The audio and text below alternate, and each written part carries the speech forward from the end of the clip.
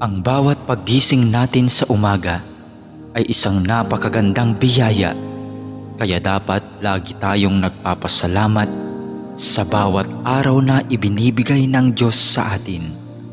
Kaya naman, manalangin tayo sa ngalan ng Ama na siyang lumikha ng langit at lupa. Amen. Ama naming makapangyarihan sa lahat, maraming salamat po sapagkat ginising mo ako ngayong umaga. Isang bagong araw na naman ang aking haharapin.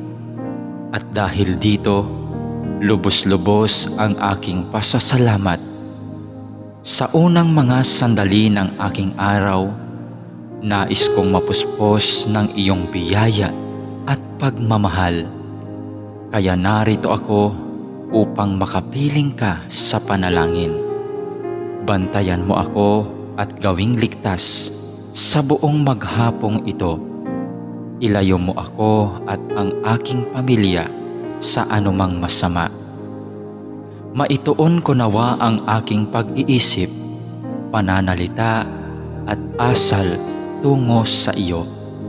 Nawa maging kalugod-lugod sa iyo ang lahat ng aking gagawin sa araw na ito. Panginoon ko at Diyos ko, naniniwala at nananalig ako na naririto ka at kapiling ko sa mga sandaling ito, na nakikita mo ako at iyong naririnig ang aking mga daing, mga kahilingan at mga panalangin.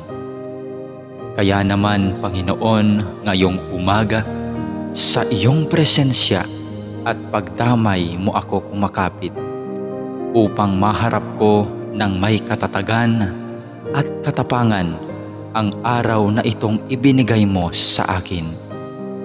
Mapagmahal na Panginoong Diyos, nalalaman kong mahal mo ako at binabantayan mo ako palagi. Sa oras man ng kasiyahan at lalong-lalo na sa panahon ng kagipitan at pagsubok. Tulungan mo akong huwag makalimot sa katotohanan ito. Maraming salamat po sa biyaya mong pag-ibig at pag-iingat na hindi mo ipinagkait sa akin, sa kabila ng lahat ng kasalanan at pagkukulang ko. Puno ng pag-asa akong magpapatuloy sa araw na ito sa aking mga dapat gawin dahil na rin sa iyong pagtulong.